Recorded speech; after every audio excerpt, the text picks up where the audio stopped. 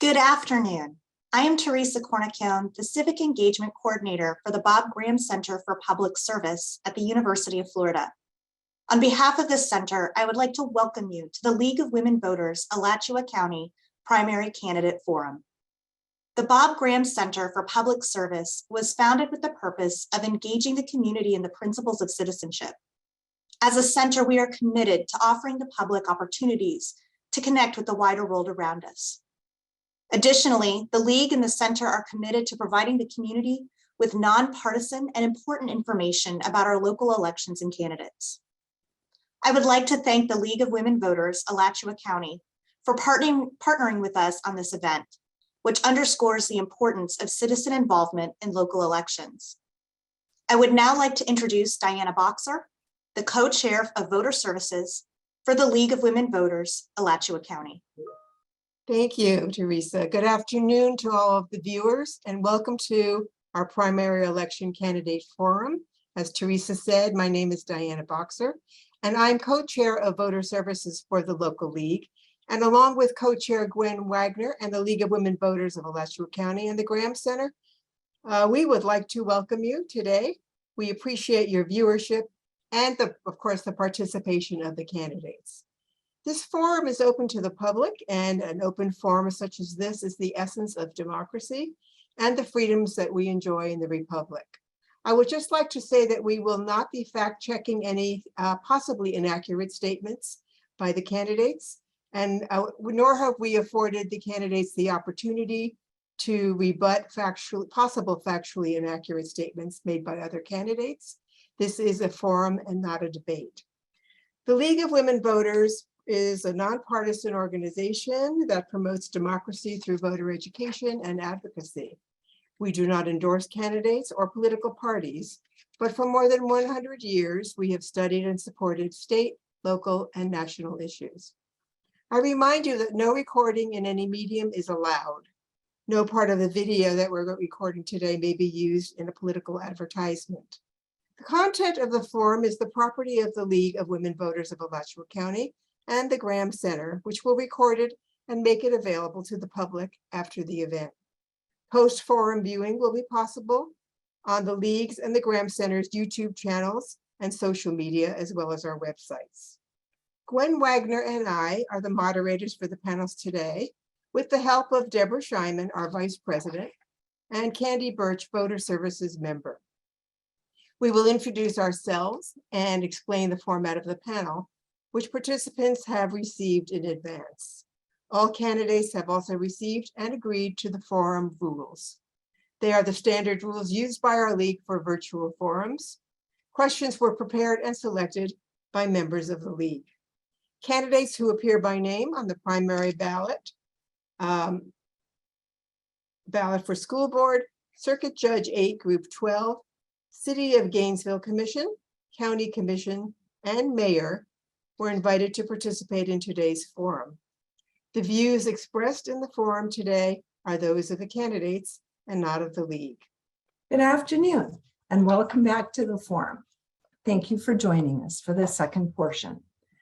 I am League Vice President Deborah Scheinman, and I will be the moderator today for the Gainesville City Commission panel. Welcome, panelists, and thank you for joining us today.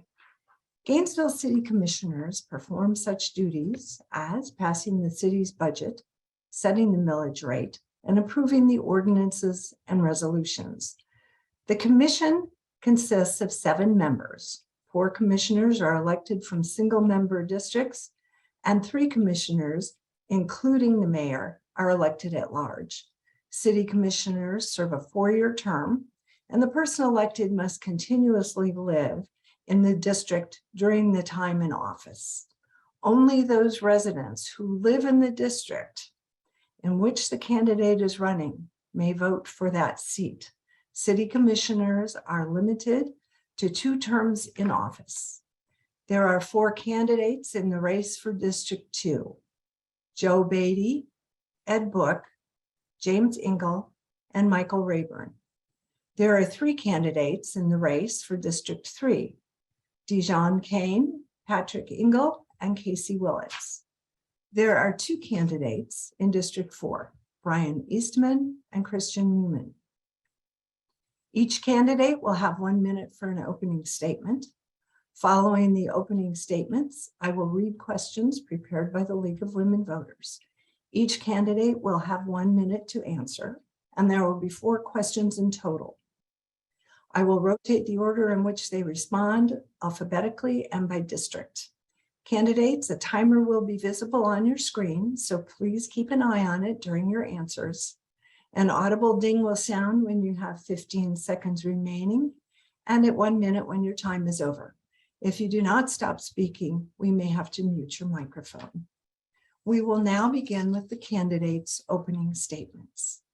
You each have 1 minute, and we will begin with the District 2 candidates in alphabetical order. Starting with Joe Beatty, your opening statement, please. In 1 minute, it is difficult to summarize why after 15 years involvement, I'm running for the District 2 seat. Suffice to say, in past elections, I hoped voters would elect commissioners in the mold of Mac McEachern, Gene Chalmers, and Gary Gordon, whose concerns were squarely on what was good for Gainesville. They kept debt and utility rates low, got out of bad contracts, and did not use GRU as a piggy bank. They sought balance between the needs of Gainesville and the university. A few past candidates, like Andy Orlando, experienced and successful, could have led us in better directions, but were subjected to smear campaigns and lost. People voted for their friends, associates, and club buddies with disregard for real qualifications and experience.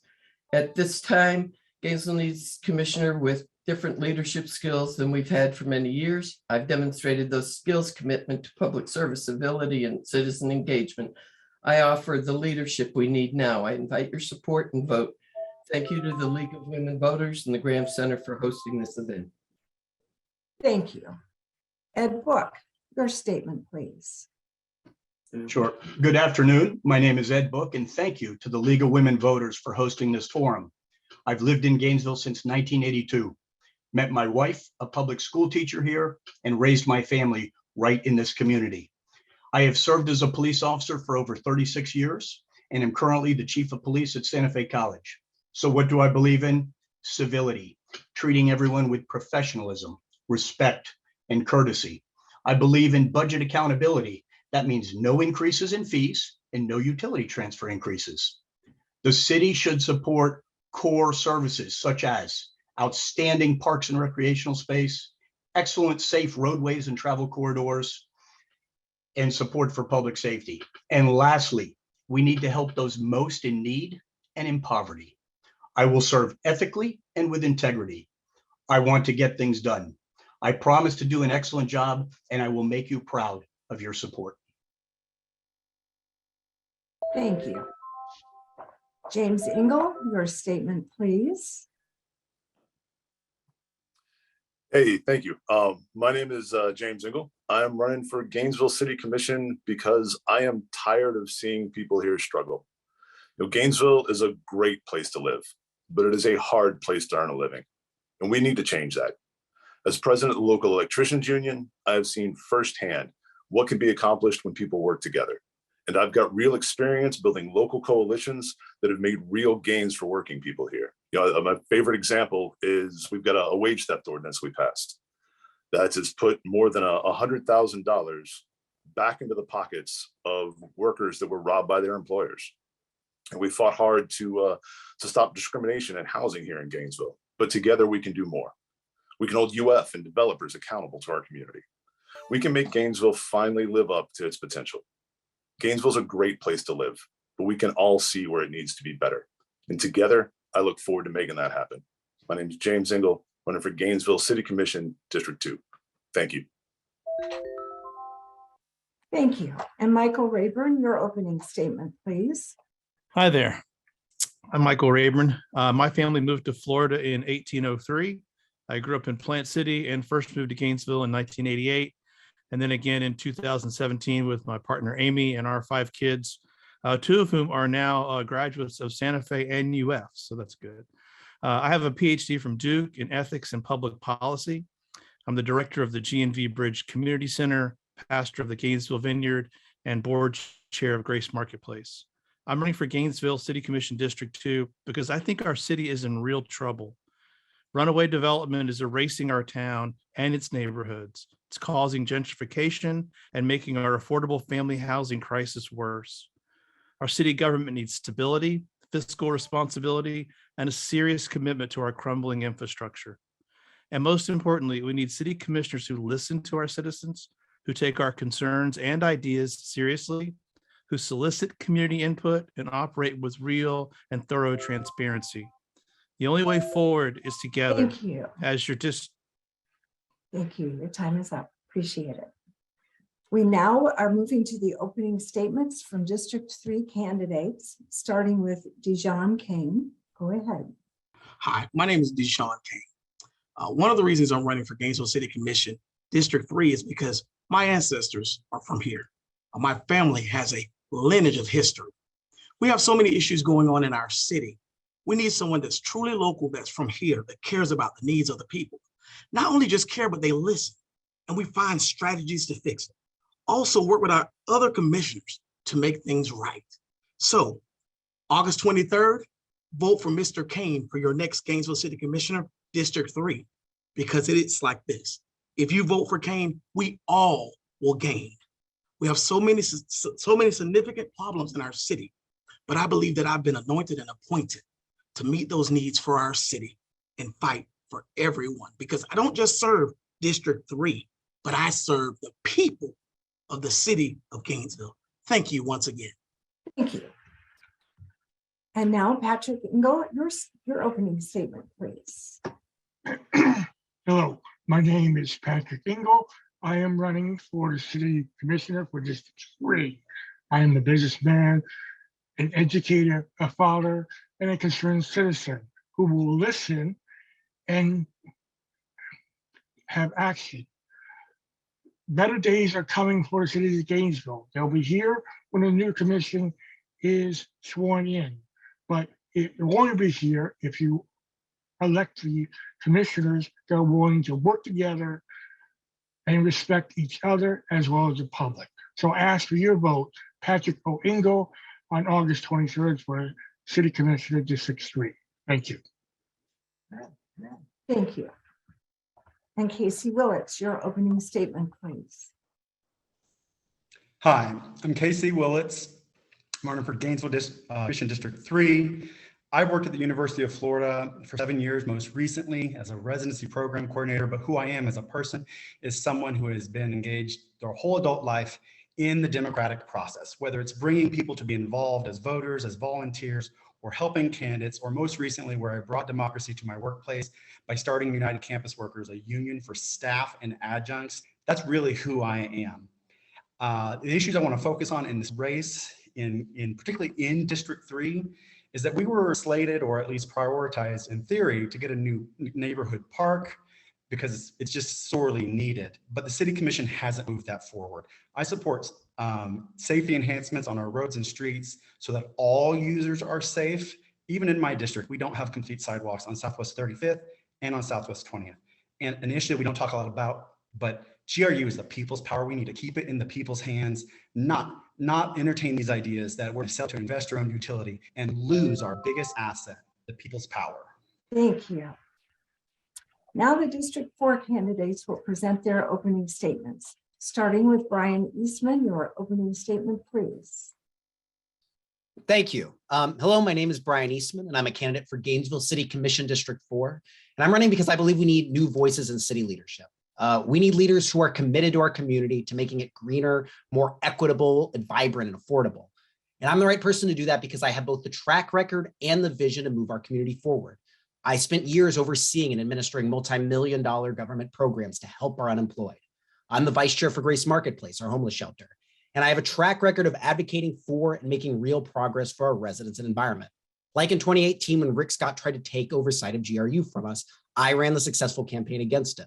I've run successful environmental initiatives like our anti-sprawl amendment, land protection initiatives, and clean water protections, all initiatives that were strongly supported by the league. So thank you all for everything you guys do. And these initiatives have been supported because of my approach, which is to really understand these issues, take the details seriously, and make sure that everyone is at the table to find middle ground to move us forward. So I'm very excited to be here with the league. Thank you guys for everything you do, and I look forward to talking about the future of Gainesville with you. Thank you. And now Christian Newman, your opening statement, please. Thank you so much. My name is Christian Newman. I grew up in Gainesville and this community invested in me. And I want to return that investment by serving as the city commissioner for District 4. I have the right experience to be an effective city commissioner gained from being a kid, teacher, coach, business owner, father, renter, homeowner, and city plan board member here in Gainesville. I began my career teaching science with Teach for America in the Mississippi Delta to some of the poorest kids in the US. I came back and I taught at my alma mater, Eastside High School. I am a wildlife biologist, and for the last 20 years, I've been in the environmental field using my wildlife and business degrees from UF to protect the environment. I started multiple small environmental and technology businesses here in Gainesville. I work for a nonprofit where I lead renewable energy wildlife research.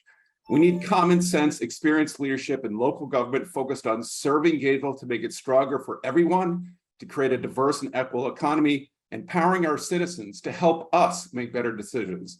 Thank you so much, and I appreciate this opportunity. And thank you. Thank you all candidates. Now we will ask you for your responses to the questions that we have prepared. For the first question, we'll begin with District 2 candidates, which are Joe Beatty, Ed Book, James Engel, and Michael Rayburn. Starting with Joe Beatty. For our first question, COVID has exposed long existing health disparities in Gainesville, especially in the Black community. What role does local government play in addressing this, and what solutions would you suggest? I think that the long existing health disparities are based on a lot of the longstanding disparities that occur. I'm sorry, this is distracting. I apologize. The disparities that are caused by the decisions that the commission has made that has kept the Black community really down and hasn't allowed development over there. I think we need to address a lot of issues that affect all the people that are economically challenged in this community. And you know, the government, really the decisions that the commissions have been making over the years have done nothing to address the disparities on all fronts, the haves and have-nots. Thank you.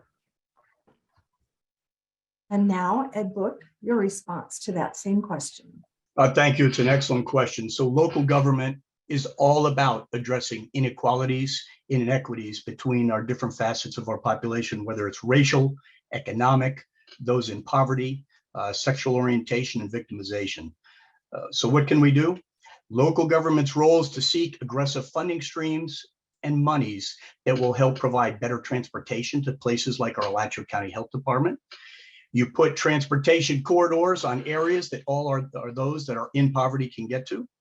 We have to work in partnership with the education Alachua County School Board, who was on us just before me. And what can we do? We can provide access to facilities and recreational spaces for addressing both health facilities and educational facilities. Something else that's really very important is we have to make sure that everyone has access to the health department. And that means moving that around in portable transportation and vans and partnering with our local nonprofits. So thank you. Excellent question. Thank you. James Engel, your response to that question. Thank you. That's a great question. So these health disparities come with a lot of other baggage, right? Like it's anytime you've got this concentration of poverty in an area, it causes just kind of complicates or causes all these other issues. So to get past those, we've got a great program that's been started in Gainesville where we actually send some paramedics into to neighborhoods that allow people to get some health care right in their neighborhood and not have to try and get to a doctor, not have to try and make it anywhere else. Also, that it starts to build that kind of relationship to where there's some trust. Because I can tell you, growing up poor myself, a lot of people were just scared to go to a doctor. You know, if they tell you you can't go to work, that hugely impacts you, and you've got to make these tough decisions. And being able to start looking at holistically, sending some people into the neighborhoods where those services are needed has been very successful. And I would really like to see that expanded. Thank you for this question. It was excellent. Thank you. Michael Rayburn, your response, please. Yeah, thank you for asking this question. Can you see me? I can't see myself. Anyway, yeah, the GNV Bridge, oh, there it is. Can we start my time over? Because I have to start my video now. Thank you. Hi, thanks for that question. Yeah, I am the director of the GNV Bridge Community Center. I'm sitting here in my office now in Lincoln Estates. So I appreciate this question. We provide groceries to over 1,000 people here in Southeast Gainesville a month, which is important because this is a food desert. We run a literacy program teaching kids to read because the reading scores over here at Lincoln Middle and at Williams Elementary are incredibly bad. We need wraparound services here, but first and foremost, we need to listen to the leaders and the members of the Black community. We can't come in here and implementing programs without hearing from them and letting them lead the way. And so this idea, we're going to bring in lots of programs before we've talked to the community, it's not going to work. The members of the Black community will tell us what they need, and then we have to do what they tell us to do. Thank you. The same question now goes to the District 3 candidates, who are Dijon Kane, Patrick Engel, and Casey Willits. Starting with Dijon Kane. Well, this is a great question. So first of all, in district or in the Black community, when it comes to COVID, we need a place where all of our citizens can go and get healthcare, like a facility. We, for too long, have had to go to the other sides of town just to get those services. We deserve better. One other thing they need to do is they need to listen to the people in the community. They need to work, and I commit to work with Desmond Duncan Walker to bring these changes to our community. And one of the things that we need to do for the Black community, they got to be able to trust our healthcare system. So we need some type of education where we can let them know it's safe, it's okay. It's okay to try this, it's okay. We can give you what you need, but we have failed them because we have not listened to them. And far too long have they not gotten what they deserve. So what I say is, that's the way to reach them, and we need to do it now, and we need to do fast, just like we do it on any other side of town. Thank you. Thank you. Next is Patrick Engel. Yeah, there are disparities in healthcare in Gainesville because we are a racist country. Our public officials need to acknowledge that we are racist so to work towards finding mutual solutions to our problem. One is to bring free community health care to our communities, and as well as education, so our people will not be afraid to go to the doctor or fear for having a health care bill, a medical bill they can't afford. Thank you. Thank you. And next is Casey Willits. Your answer to the question. COVID exposed, those disparities right here in this city. And some people's response to COVID was this cavalier suggestion that it was merely, a personal safety issue, as opposed to a public health issue where we owed it to do things that would protect all of our community members. Our frontline workers were way more likely to have to work through the pandemic. They didn't have the benefit of working behind a computer from home. Getting the federal funds that we had or may have in the future to keep people in their homes when there was a real rental crisis, that helped. But information delivered to the communities from members of their communities about where to access, how to access, from people who are known in their communities, I think we weren't prepared for that. We perhaps aren't prepared for it now for the next healthcare emergency or, God forbid, pandemic. But the interest in being vaccinated was no lower in Black communities here or across the state or across the nation, but completion rates, particularly early on, really struggled. And that says that we were not doing something to get the people interested to the medicine they were interested in. Thank you. And your time is up. Thank you very much. The candidates in District 4, Brian Eastman and Christian Newman, will now have the opportunity to answer the first question, starting with Brian Eastman. Yes, again, thank you for the question. I agree with James Engel. Our paramedicine program is a great program that needs to be expanded, but to go further than that, we know that health is connected to your surroundings and the environment that you're in, and poverty tends to impact much more than just your income. I think we need to ensure that we have high-speed internet directly in everyone's home. The digital disparities that we have in our community are something that impact our health outcomes. We need to be investing in more neighborhood community centers. I was just at the opening of the Clarence R. Kelly Community Center just last week. Things like that help bring communities together and really do improve health outcomes. And we need to be making sure that we don't have food deserts. Much of our east side and various parts of our southwest have large areas where people cannot get access to healthy food. These are all things that our city has been working on, but I think we need to be working much faster and quickly to make sure that we're connecting the people to what they need and working on those health disparities. Thank you. And Christian Newman, your response. Yeah, thank you for this question. I think the answer is yes. The government does, our local government does have a role, and I think we have a responsibility to acknowledge, the long-term sort of land use decisions that have been made to basically disenfranchise the east side of Gainesville, where many of our Black citizens live. So, most directly, we have to try to improve the economy and provide sort of more job opportunities for our folks over there. We also need to work on trying to drive and create it so that we've got medical facilities over on that side of town by partnering with UF, North Florida Regional Medical Hospital. But most of all, I think we have to come back and we need to sort of talk to and engage with those communities and make sure that we are working with them to try to create the solutions that they need. Thank you. Thank you. For the second question, we will begin with the District 3 candidates, starting with Patrick Engel. Gainesville has committed to 100% renewable energy by 2045. What policies would you propose or support to guarantee that deadline is met? Okay, I very much support renewable energy. My GOU electric bill is low, $100 a month for that. The policy that was definitely be enforced would be to ensure that our residences are more energy efficient, as well as other ways of including possibly solar on rooftops instead of a separate farm. Okay, thank you. Thank you. Casey Willits, your response. So I support getting us to that goal, particularly incrementally. We know that it's coming, but we have to start now. With GRU possibly be able to go into a power purchase agreement with a large-ish solar facility. That's one of the steps that we have to take. We have to continue on that path. The energy efficiency upgrades through the LEED program or supporting other programs like community weatherization project. Those are things we need to continue to do so that we just use less energy overall to help us get to our renewable energy goals.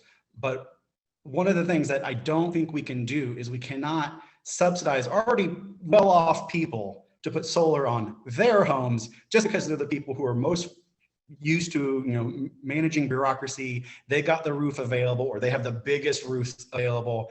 I don't think we can do that. That's not an effective use of our money. Other kind of community solar projects where people from all income ranges can get into that, can buy into that, that would be a better use than subsidizing already wealthy people to put solar on their roof. Thank you. And Dijon Kane, your answer, please. Yes, ma'am. So I do support it. I believe that we must continue in the direction that we're going to make sure everything is strong. I believe solar and those type of things in our communities, particularly educating on the east side of Gainesville as well, finding ways to help them reduce their bills and continuing this plan. But I think we're moving too slow, and I think thinking it's going to be done in 2045 is a long time. So we need to find a way to speed that up and also meet with the community. I think that's something we kind of missed a little bit, but meet with them, talk to them, and let's just look down that aisle and see what we have. And it's time for us to renew that and listen to them as well. Thank you. Thank you. Question 2 now goes to the candidates in District 4, starting with Christian Newman. Thank you for this question. I think it's really important to sort of understand that there's a tremendous amount of innovation going into renewables and to many things going into trying to help us sort of achieve these clean energy goals. And so we need to sort of be very strategic about how we sort of invest to achieve that by 2045. One of the things that we can be doing right now is investing in infrastructure to get ready for electrification. What does that mean? That means basically the future where everyone is going to be plugging in their cars, and we're going to be getting rid of gas-powered vehicles. And that's going to require significant effort. That has a tremendous benefit, not only in terms of lowering the cost of energy, overall energy for consumers who no longer have to buy gas, but it also will significantly help in decarbonization. We are also very on the cusp of having battery storage as something that is a very viable thing within the community. And that also requires significant investment in terms of our infrastructure to be able to handle both solar and the intermittent aspects of renewable energy. Thank you. Thank you. Thank you very much. Brian Eastman, your response. Yes, I absolutely agree that we need to be moving to 100% renewable energy. I have a daughter. I want to make sure that that I am handing her a planet that is not warming and that we've done everything in our power to make this work. We know from internal reports from GRU that we can begin to move up to at least 75% renewable energy by 2038 by simply doing targeted investments, identifying land for industrial scale solar, investing in energy storage. I don't think we do not and we should not have to wait for new innovations to come in. We know that under current technology, we can begin moving forward now. In 2031, our coal plant Deer Haven 2 will be shutting down, and with it, 250 megawatts of power. And when that happens, we need to decide, are we going to be moving to are we going to be using fossil fuels? Are we going to be moving with renewable energy? And so I think we need to be working immediately to identify land, siting those solar installations, and moving forward to getting us a more renewable grid. Thank you. The candidates in District 2 will now address question 2, starting with Ed Book. Yes, just like Mr. Eastman said, it's a good goal, it's environmentally friendly, and we should move to it. What we have to be very careful about is collateral negative impacts to those who are in poverty and may already have problems such as high energy costs. So that is something we have to address as we move to more energy efficient policies. How do you do it? You have to strategically plan for reduced revenues by GRU over the next 5 to 10 to 15 years, because the great irony here is as we move to renewable energies and they become more energy efficient, there will be less revenue for GRU to operate efficiently. So we should be doing that now. Thank you. Thank you. Next is James Engel. Hey, thank you. It's a great question. And this one's kind of right down my alley. I've been working in power generation for 2 decades. And you know, if you think about, like, do we want to move towards renewable energy or do we want to move towards, you know, lower energy prices? Great news is, like, moving towards this renewable energy really kind of helps us. Right now, prices have been going very high with GRU, almost entirely based on the amount of gas we're having to buy. So moving towards utility grade solar that will give us some type of cushion against the rapidly changing prices of natural gas is good for the environment. It's good economically for customers of GRU. It's good all the way around. This is an easy policy decision to make. Utility grade solar needs to be the direction we're going. And it is, I said, this one's a softball. Like, I appreciate the question. Thank you. Thank you. And Michael Rayburn, your response. Hi, thanks. Yeah, I agree with I think everyone's pretty much on the same page here. The technology is coming and we should make use of what we have now and what's coming. The thing I would add is that we have so many houses and apartments that are older, that are very energy inefficient. And we already have programs in the city to put new roofs on houses that need new roofs and new windows. And those programs are not being utilized. Those funds are not being spent as they need to be. So we also need to address why is it that we are not upfitting our housing to be more energy efficient, because that's going to be the missing component here. If we don't increase the efficiency of our housing, we're not going to be able to keep up with the the switch to renewable energies.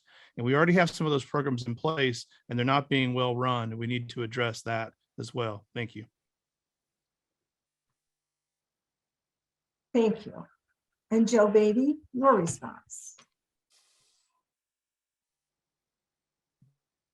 Yes, this is a very interesting question. I was in the room the day that aspirational goal was decided on by 7 commissioners without, and I spoke to that at the time. It was an aspirational goal that they wanted. There was no robust community input. There was no talking about it.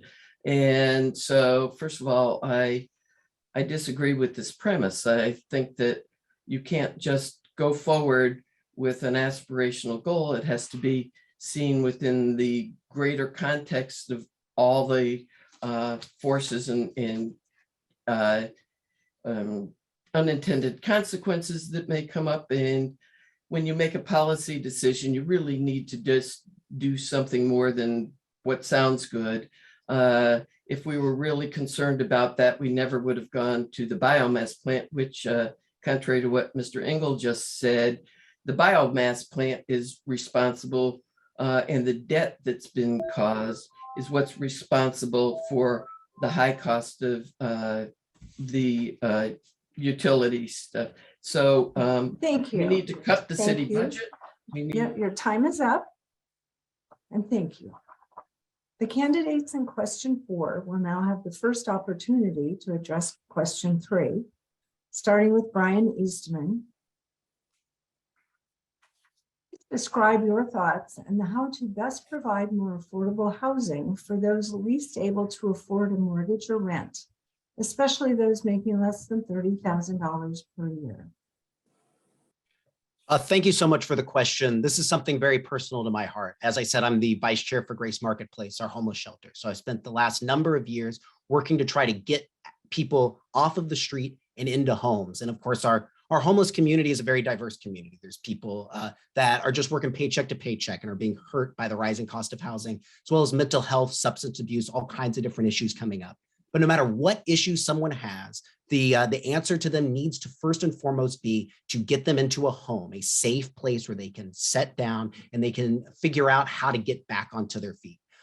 We are losing a lot of our affordable housing, both our market rate low affordable housing, but also our public housing. We've lost things like Seminary Lane, a number of the housing units that were created under the Great Society that are now being shut down.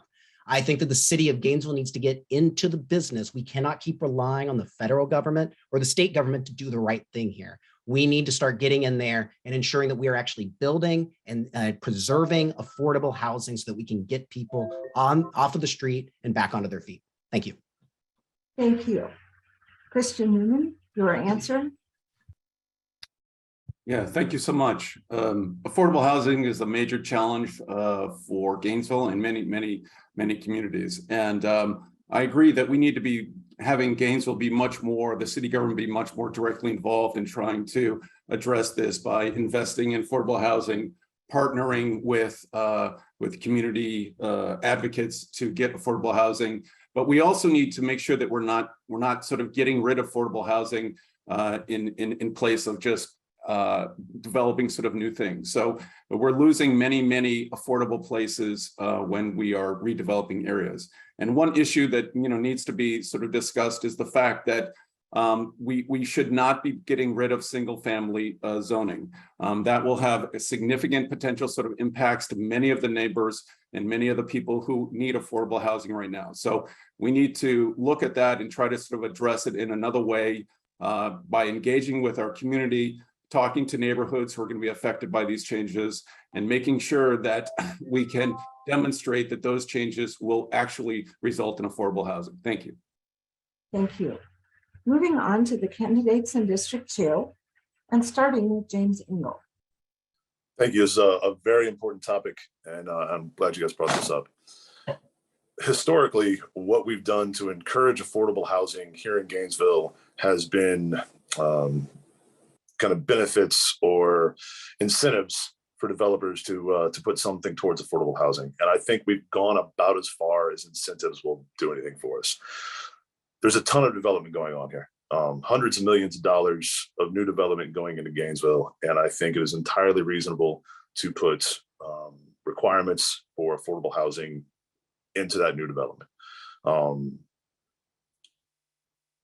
It's done in many places. I think we've got options to do it here. It's a tool we're not using, and I think can be used very much to move things in the right direction. So thank you. Thank you. Michael Rayburn, your answer. Hi, thanks. First of all, I would insert that what we need is affordable family housing, not just affordable housing generically. We need to first work with local owners to preserve the existing stock of affordable housing that we have, because tearing those down to build high rises are never affordable. We don't need more luxury student housing. And I'll also say I'm a member of the city's Affordable Housing Advisory Committee. I didn't mention that before. And we had this past year 4 proposals from affordable housing developers. They're corporations, nonprofits that specialize in affordable housing developments. And our job was to choose one proposal to submit for state lottery for state funding. The city was putting $0 into that. We could have taken, all 4 were really good, especially the top 3 were excellent proposals. All would have been great for the city. The city has to put some skin in the game and invest our money in developing affordable housing that's designated as affordable housing. Thank you. And Joe Beatty, your response. Yes, once again, many of the decisions that have been made by the commission and advocated by outside people like the renters' rights has really reduced the stock of affordable housing for families. I think we need to look at, decisions holistically, and we're not.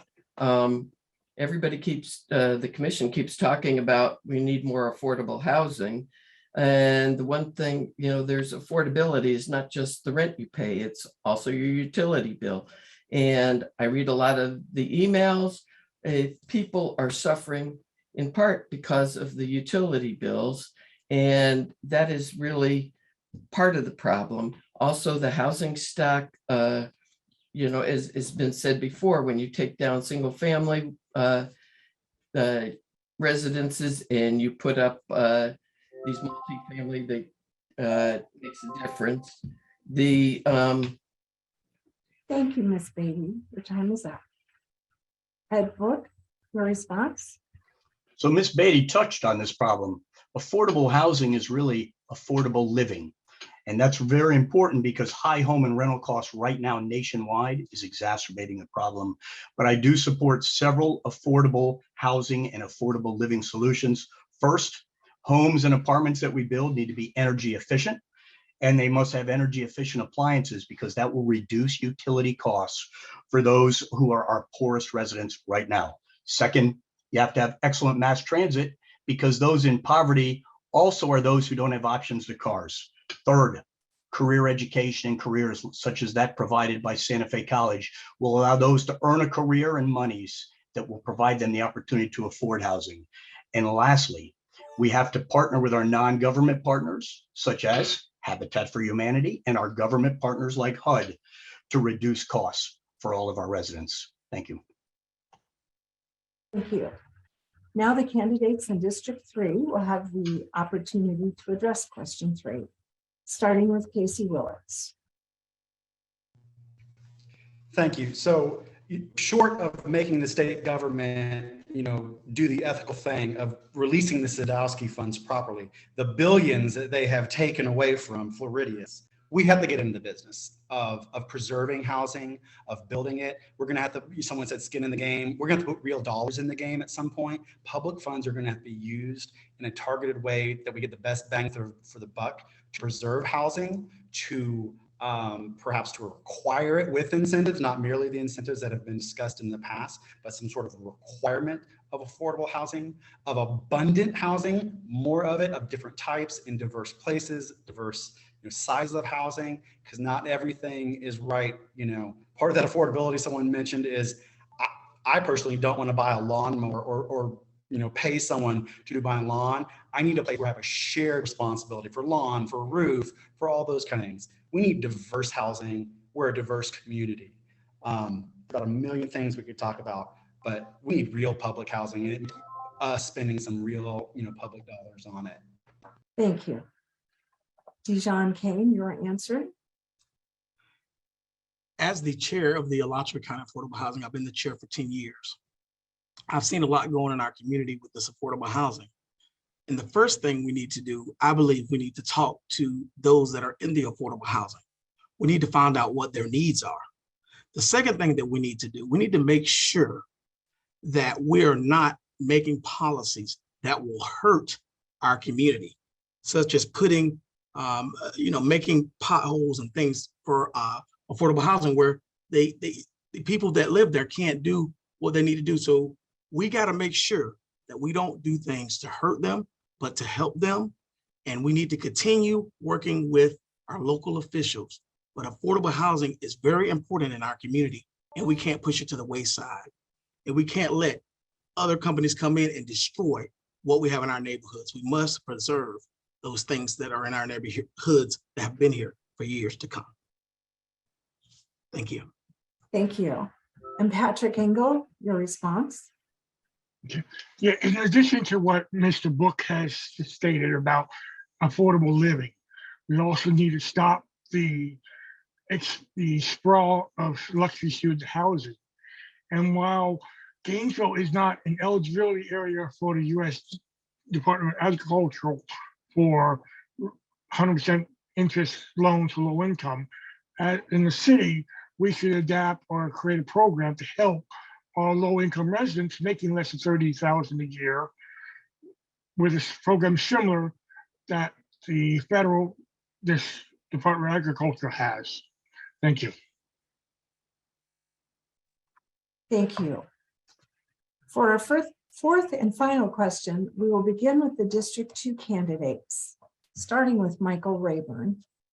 Civic improvement projects such as the Greenway Loop, Bolton Center renovations, and the East Gainesville Sports Complex have been proposed. Are these types of projects worthy in your view, and how would you propose to fund them? Yeah, they're certainly worthy. And I would like to see them come to pass, but we have more pressing needs right now. Our fire department training facility is on the verge of being condemned.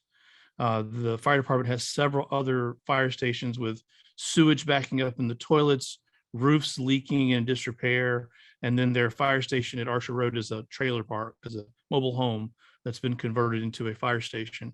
Our police department is underfunded. All of our first responders are underpaid. Our infrastructure is crumbling. Our transit system needs serious money. I don't know how we do all of that at the same time. We need a lot of fiscal responsibility, and we might need to raise some of this and get other organizations to help us, because the city's first priority has to be spending on critical needs and its infrastructure. Thank you. Joe Beatty, your answer. Yes, thank you. I want to thank Mr. Rayburn for his answer. That would be part of my answer, so he saved me a little bit of time on that.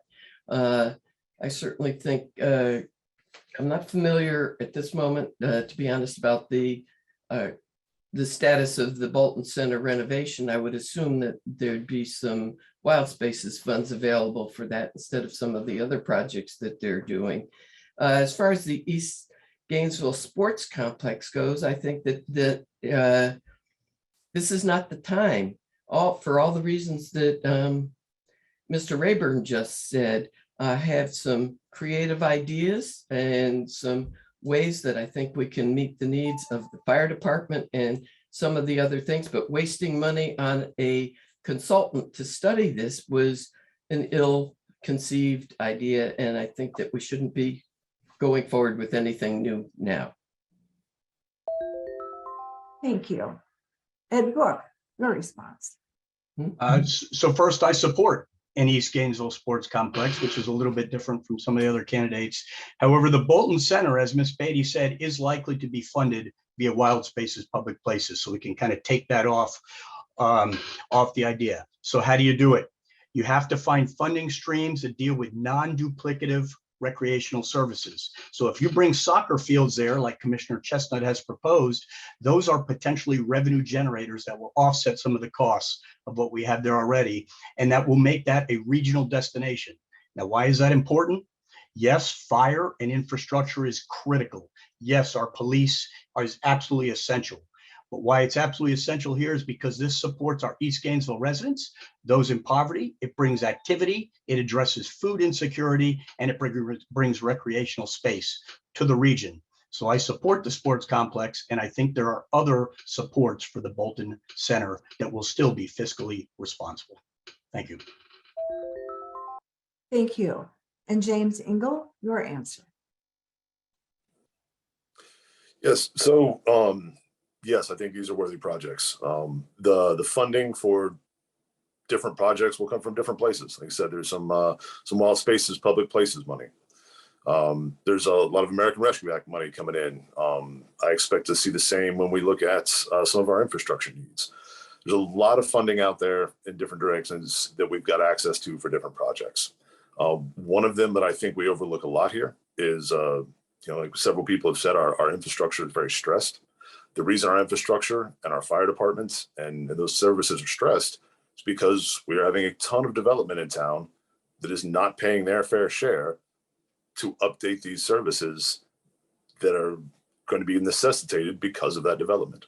So I think making sure that these developers are paying their fair share of the town, taking advantage of federal funds for non-reoccurring costs, and using our wild spaces, public places money will cover a lot of these issues.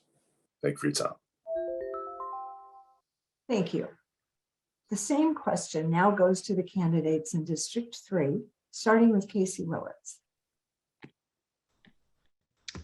So I like this question because it lets me talk about one of my main campaign issues, and that's the fact that in District 3, there is only one neighborhood park.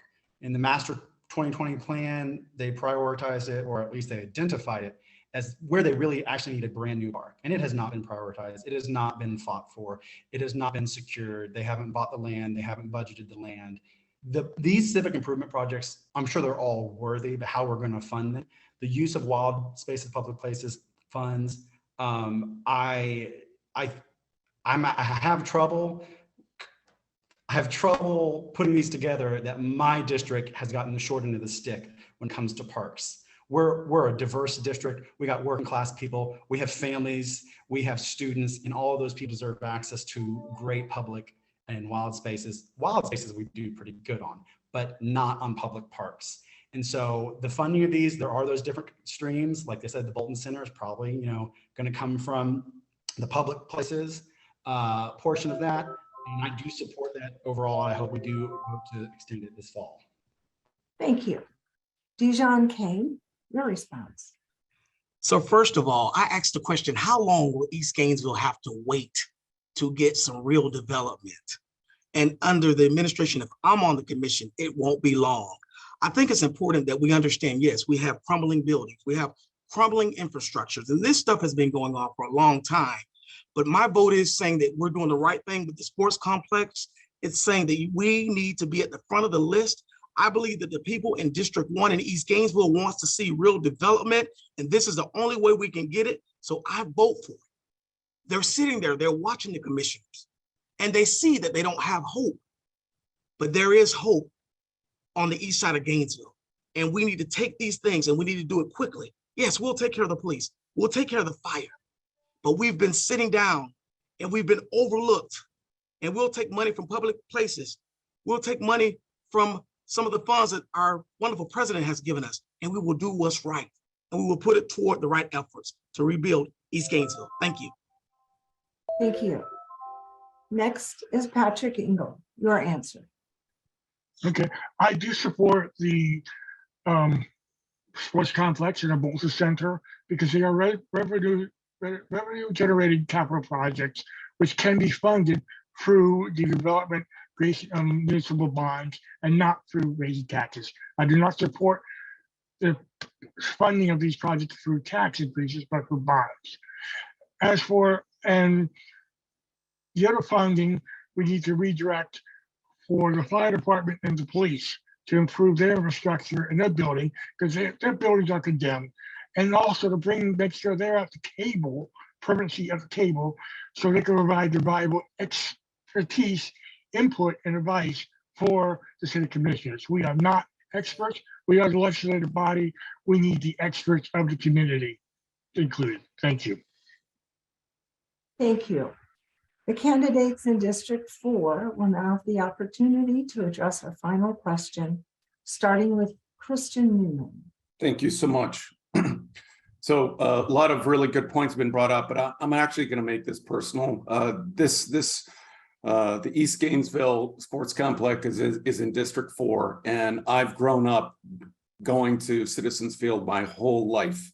And I can tell you, it is absolutely critical that we reinvest in that part of town. And it's absolutely critical that we reinvest in that infrastructure. Citizens Field is, to be honest, is an embarrassment. I was a coach for the last couple of years, coaching Eastside girls soccer, and it's just that facility is just not good. We have out-of-town football things coming. It's a major hub for the community, that community there, as well as Gainesville, and it's just really needs to be improved. And also, going to some of the other comments, we've had so much investment in recreational facilities going west. We have not been investing in those things on the east side of town or even in the center of town. And that needs to happen, because essentially facilities that we have for our kids and our community needs attention. Thank you. Thank you. And Brian Eastman, your response. Thank you. Yes, great question. And some of these are personal to me as well. I was on the Charter Review Commission and ran the charter amendment to pass the Hogtown Creek Greenway pedestrian bicycle trail. I'd love to see that through, but also on a personal level, I've seen firsthand how quality places can reinvigorate neighborhoods. In my neighborhood in Oakview, we had Wild Spaces Public Places funds that went toward improving our park, which was previously sort of a bunch of trees, some swings that had gone in there. It had been improved, and it's really brought the community together and brought all of our housing values up, really made the neighborhood a much better place to be. And I think that is what people expect from their city government. That's why we have city governments, so that we can pool resources and create shared spaces where we can come together. How we fund this, as other people said, there's multiple ways: Wild Spaces, Public Places. There's CRA funds that can go into it. We also have many billions of dollars in federal funds. I wrote an article in the Gainesville Sun last year outlining some of the opportunities that we have for federal funds on some of these bicycle pedestrian trails and parks. We have ways of funding it, and I think our citizens expect. Okay, thank you. Thank you all for your patience in bearing with us. This has been a long one. Thank you to the candidates for your participation this afternoon. We appreciate your time and your thoughtful answers to the questions. The League will offer you, the candidates, another opportunity to connect with voters through our digital voter guide that's coming soon, Vote 411. So candidates, please look for an invitation in your inbox tomorrow. Thank you also to the viewers for your participation today, all 350 of you. This concludes the League of Women Voters of Alachua County and Bob Graham Center for Public Service 2022 Primary Election Candidate Forum. Post-forum viewing will be available on our League and Graham Center YouTube channels. We plan to have a October 11th candidate forum for the regular election. Details about that are to come, so please join us for that. And remember to vote before August 23rd or on August 23rd. Your vote is your voice. Thank you all.